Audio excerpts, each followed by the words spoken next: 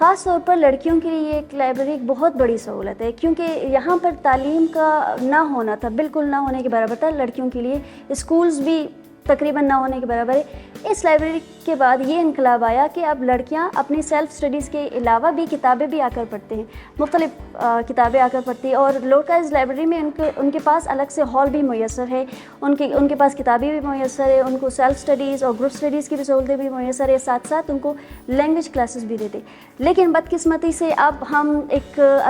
عجیب کشمکش سے گزر رہے ہیں، ایک مشکلات سے گزر رہے، وہ یہ ہے کہ ہم سے یہ جگہ چھینی جا رہی ہے، ہم سے ڈیمانڈ کیا جا رہا ہے کہ ہم جتنی بھی سہولتیں، جتنی بھی کتابیں ہیں، یہ اٹھا کر ہم کہیں بھی ایڈجسٹ کریں، لیکن یہ جگہ خالی کریں۔